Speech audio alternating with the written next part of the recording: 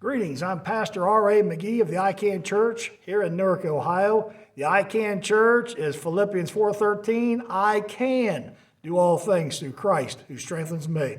So today I want to talk about a man named Yates who lived during the Great Depression out in West Texas. He had a small sheep farm. So this Mr. Yates was just scratching out and just barely surviving. He was just hardly anything to his name. He wound up on government assistance just to survive. And as he was living out there, just scraping off the land to live and he'd feed his sheep, this oil crew come by and asked him if they could drill for oil on his property.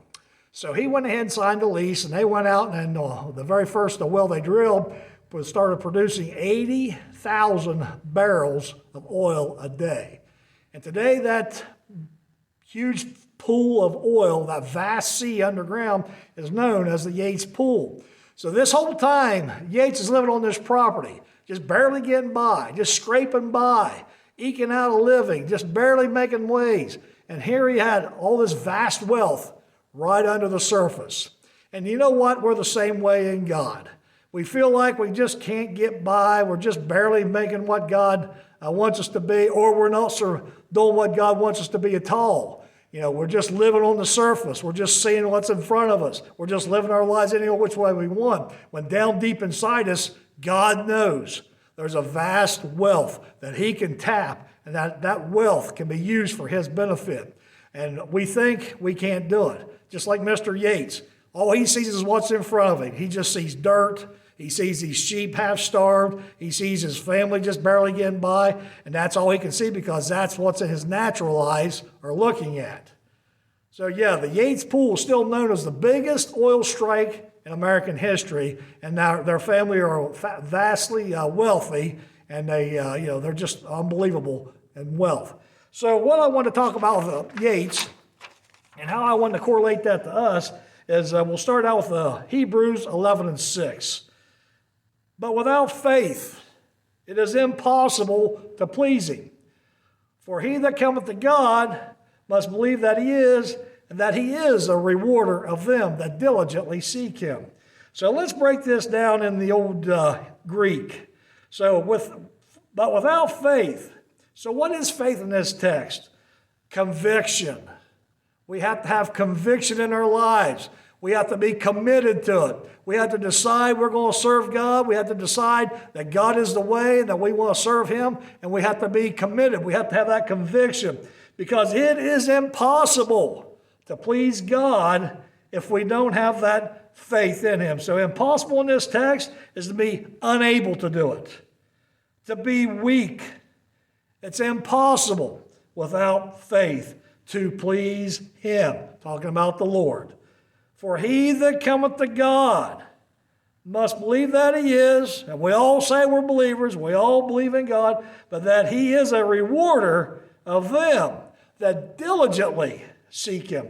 Now, diligently seek in this text is actually one phrase. It means to search out, to investigate, to crave. So he's a rewarder of them that searches him out or investigates and craves his ways in our life. So without faith, it's impossible, and we must diligently seek God. So it's not just a haphazard way. We're not just scratching along trying to make a living. We're not just doing it because of our natural sight and we see everything around us. We have to dig deep in ourselves to serve God because God can use that vast wealth inside of you, that spiritual you that can be successful in him, that you that can do things for him, that you that wants to be happy and have purpose in life. Because that's what God wants us to know. We have purpose in him.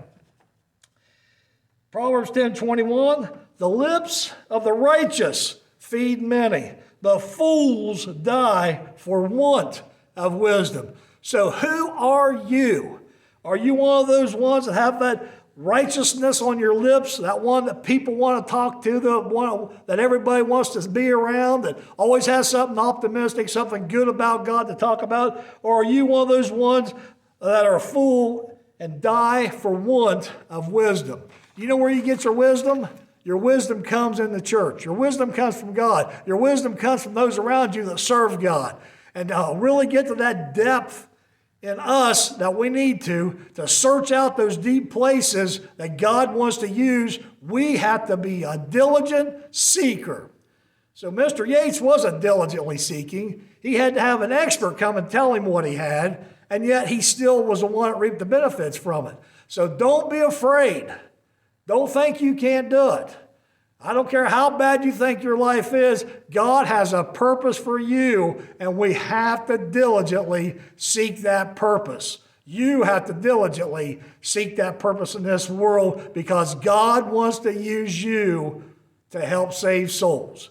So dig into that vast wealth that God has in your life. Dig down deep in you and realize that there is only one true way to serve God. And you will be rewarded for what God can do in your lives.